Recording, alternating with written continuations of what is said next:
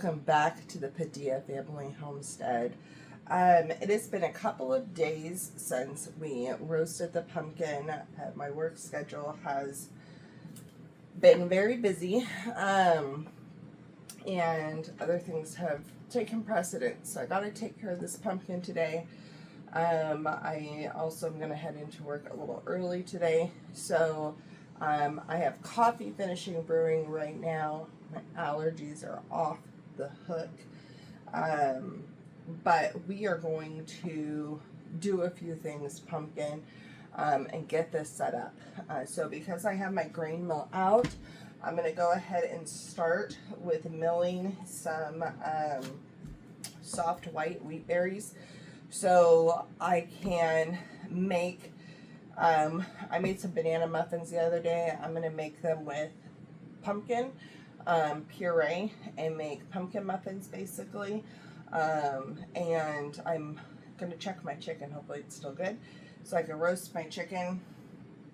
And we're going to make some pumpkin soup. And we're going to puree the pumpkin and get it bagged up and put in the freezer. So it is ready for whenever we want to use it in the future. So let's get started. The first thing is coffee, and this is basically a half-calf coffee because I need some caffeine today. Isn't my little gnome mug cute? Okay, so the first thing that I needed to get done was to get 2 cups of soft white wheat milled down. So whenever you get wheat berries, or that's the grain of wheat, there are times that there can be other debris in with your wheat berries. So before I put them in, I always like to verify that I'm not putting little rocks in between the stone or twigs or anything else. So I got this done. And then right afterwards, I decided, since I was dealing with flour stuff, I would go ahead and feed my sourdough. So I have the sourdough starter that I brought with me from California, and I just feed it the water and the red wheat from Azure, and I get that going and fed and back into the cabinet. This is something that I have been trying to get back into the routine of. My goal is to switch my sourdough over to fresh milled flour, but until I do that, I'm using this red wheat from Azure, and so I just needed to get this jar refilled up and get the counter cleaned up and ready to move on to pumpkin.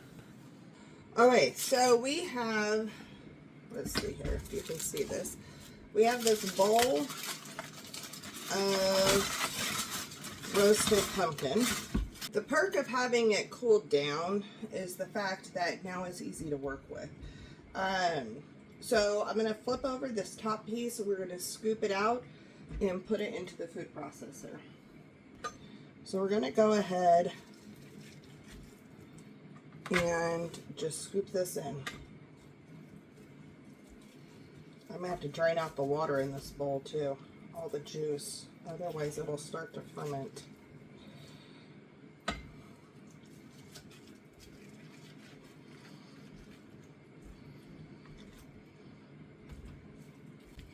I can tell this bottom part is a lot harder, and this is where it didn't roast for as long, which is unfortunate. Okay, hold on. There's a trash bag up here.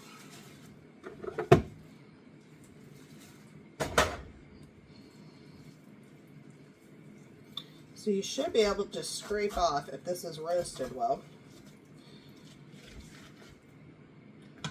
most of the squash. Let me get a plate. This might help me with some leverage. There we go. Can you see still? Yes.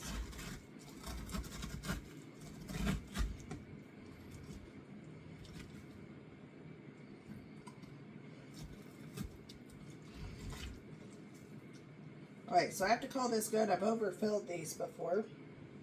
Alright, so I'm going to pull this back forward. I'm going to put in the scrapey thing This, when I turn it, will scrape the sides.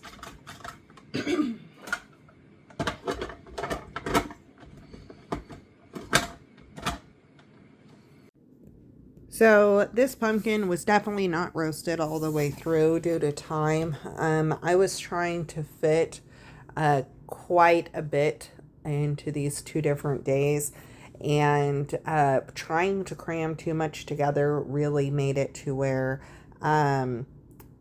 I did not roast this all the way. It still tasted delicious, but the next pumpkin I ended up roasting just the other day. It was smooth and wonderful. This food processor is my favorite way to make pumpkin puree.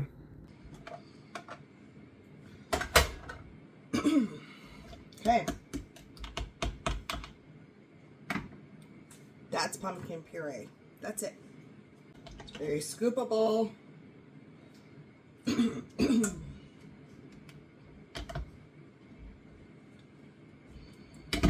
I'm going to go ahead and put this first batch on the stove to make soup.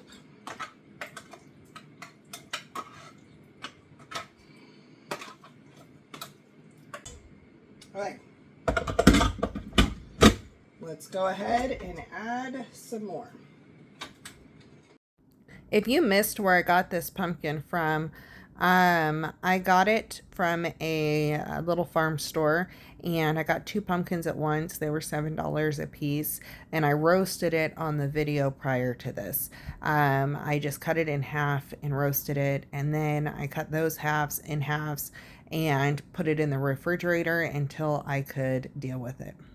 The thing about pumpkin puree is it can be so expensive to get good quality canned pumpkin puree.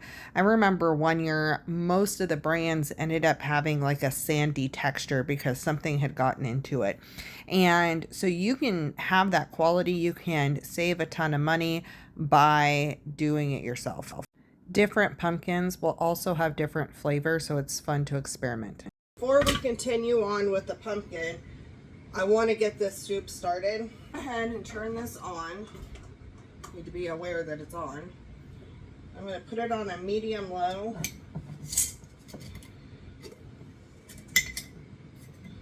And we're going to put in a good spoonful of garlic.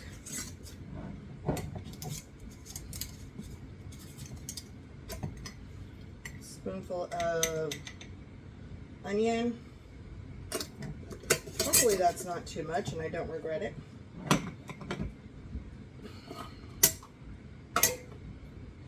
Put in some smoked paprika for good smoky flavor. And then, oh, come on, some salt, a little bit more. And then we will put in some pepper. I'm also going to put in a can of this coconut cream. I get this from Azure Standard along with all my spices. And this has no gar. So it's just coconut extract and water, and that's it. So you're always going to have a thicker part on top, and then usually you'll have some water at the bottom. This doesn't have a lot of water at the bottom. There it is. Coconut milk will have much more water at the bottom, but cream has a lot less. Right. Kind of get this mixed in. It's going to get heated up and melted down. Everything's going to kind of meld and we'll be good to go.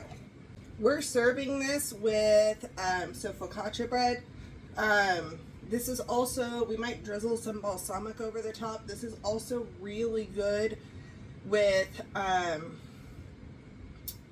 roasted pumpkin seeds, which I haven't done yet, and It is good with caramelized onions. Caramelized onions are delicious on top.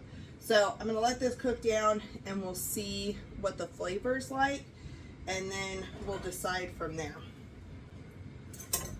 I'm also gonna make this my pumpkin soup ladle.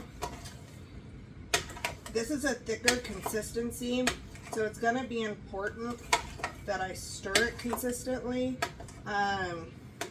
or frequently, so that way it doesn't burn. This thing is freaking out. It has too much heat at the bottom and it's colder at the top, so it does these big, and it's a thick consistency, it does these big old bubble pops. So that could splatter. That's why you want to stir pretty regularly. So this chicken says sell by yesterday. So I'm going to open it and double check it. We should be good.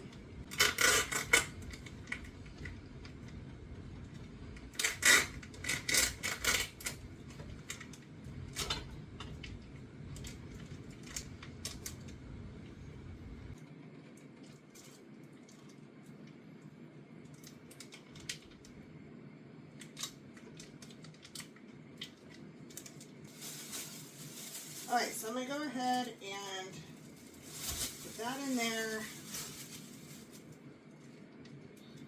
I think we're good. Guys, I psych myself out when it comes to chicken. I psych myself out when it comes to meat. But I really psych myself out when it comes to chicken. And so I will usually toss if I have any inkling of anything, which can be good, but it also can be wasteful when something's perfectly good. So, when I say I think it's good, I'm pretty darn sure it's good. Pop this buddy in the oven. I really need this to cook. I have to leave in a little over an hour, so I'm going to put it up to 400. And that should cook pretty quickly. Hopefully. It's not that big of a chicken. But my rate with these things is that things like to not cook as fast as I want them to. Still learning the speed of things in this oven too. I really miss my old stove. Alright, I'm going to go ahead and continue on with pumpkin while everything else is cooking next to me. This oven is going to start to get really hot though, so I do want to get this knocked out as quickly as possible.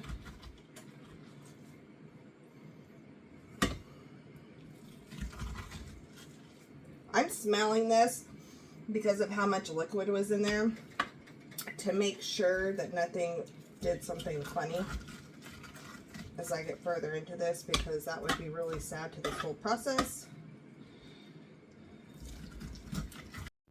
So something I like to share with people too is maybe you don't have a pumpkin, maybe you have acorn squash or butternut squash or some other type of winter squash. Then you can utilize that to make your pumpkin puree. There's a lot of pumpkin purees out there that are not actually pumpkin. It's just a winter squash. So that's something to keep in mind. Winter squash is just a type of squash that is grown in the summer that can store over winter and be eaten. And pumpkins fall under that. So do like the butternuts and the honey nuts and the spaghetti squash and things like that. I don't think spaghetti squash would quite be right for this, but you can use any type of squash. You can also flavor this any way that you want to. There's so many different flavor profiles that you can go with.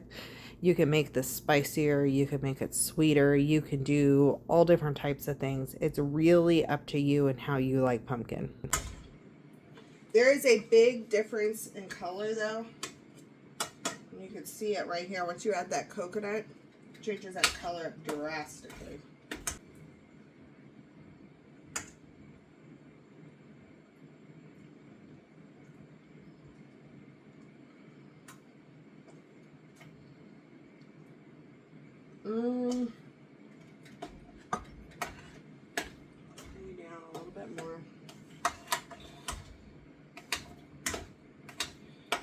does need to finish heating all the way through, but I feel like this needs more stuff. First, I'm going to add in a little bit more salt, because I do think it needs more salt. A little bit more smoked paprika. And I'm going to leave that. I'll let that meld in, and then I'll taste it again.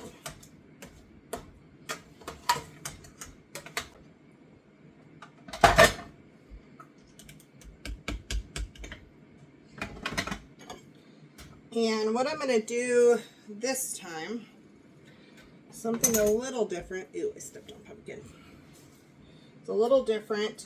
I'm going to go ahead and take my pumpkin and some milk. This time I'm going to use coconut milk because it's what I have. And mix it in with my flour now. And let that flour absorb a little bit of moisture before I actually make the muffins. And I gotta speed up on the muffin situation because they need time to bake. So I took my whole grains, which was about the 2 cups that I needed, and I'm just gonna stir this in. And I may or may not regret this, we'll see. I think it's worth trying it out.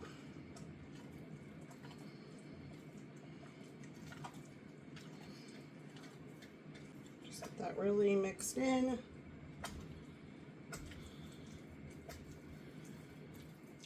Okay, and I'm going to let that sit while I finish this.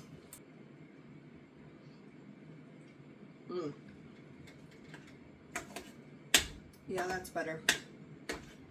I am going to add that turmeric though.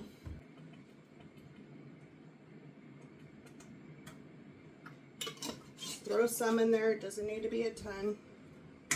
This would have been really good with my curry powder in it, but I didn't want that flavor. Oh, do you know what I need to add? I know what's missing. I'll only add these to my pumpkin. I'm going to put in a little bit of ginger, not a ton. And a little bit of cinnamon. I don't know what I was thinking. I knew I was missing something. We'll give this a few more. Really meld in. I really hope I didn't put too much cinnamon in that.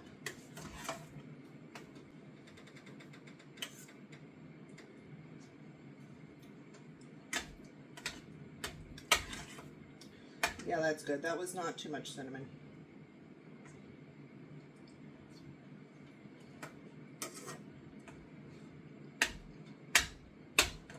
Very savory. It's got the kick. That ginger added the spice. Oi, that's what we needed.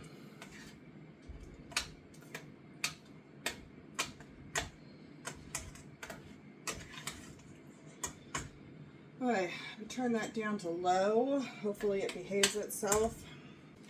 I don't know where my other ones are, but I have one of these, so I'm going to use it.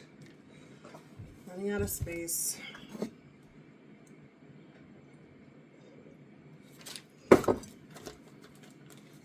So this is amazing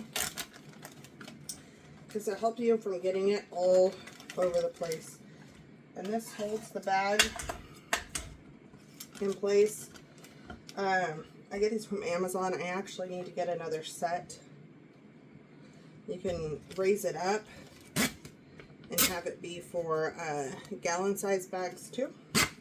I'm just going to keep it scrunched down because I have no reason for it to be up that high. And I'm going to go ahead and do 2 cups into these baggies because a lot of recipes call for 2 cups. The one I just did called for 1, but I could always double batch it.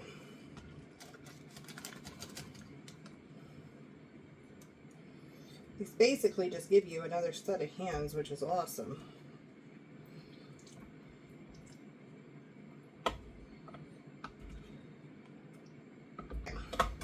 That is 2 cups.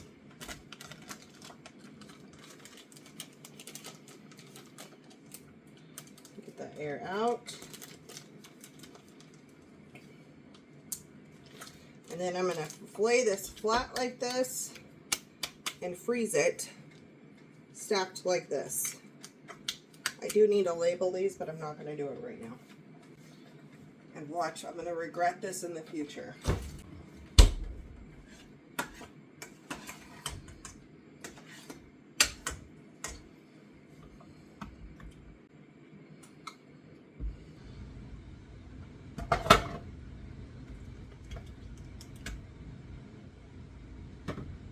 Right. Need one more cup in here.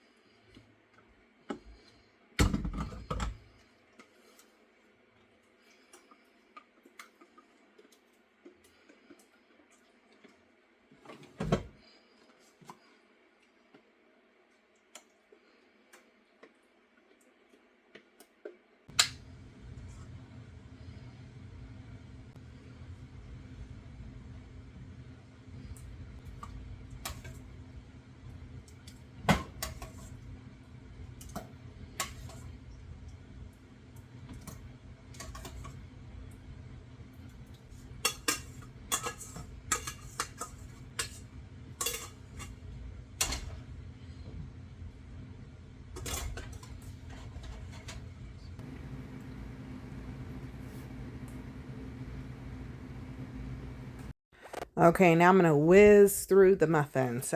So I'm going to tell you what I put in here and how I made these. Basically, I am creaming together half a cup of softened butter and 3/4 cup brown sugar. Then I add in 2 eggs and the 1 teaspoon of vanilla.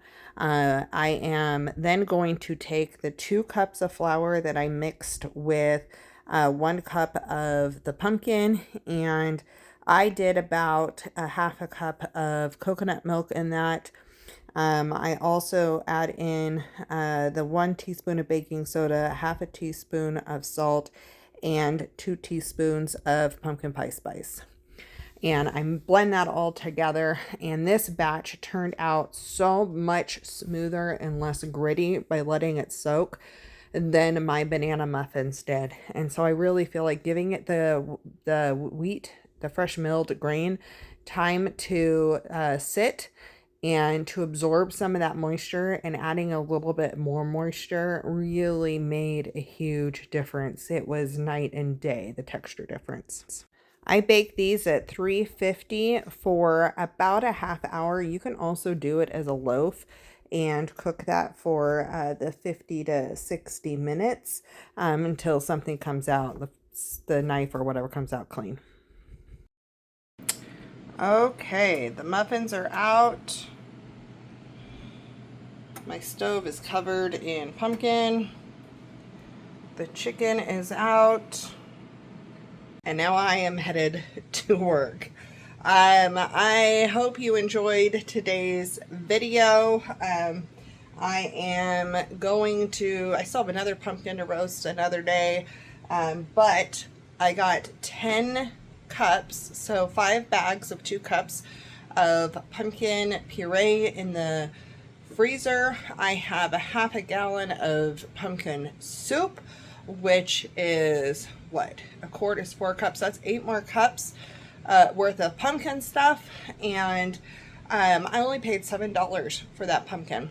Plus I have the 12 muffins, and I figure that's a really good use of $7, is to get the huge pumpkin, go ahead and roast it, have pumpkin puree, have pumpkin soup, have pumpkin muffins, and we are good and saving money. So I will see you back here on the next video. I'm gonna head out the door.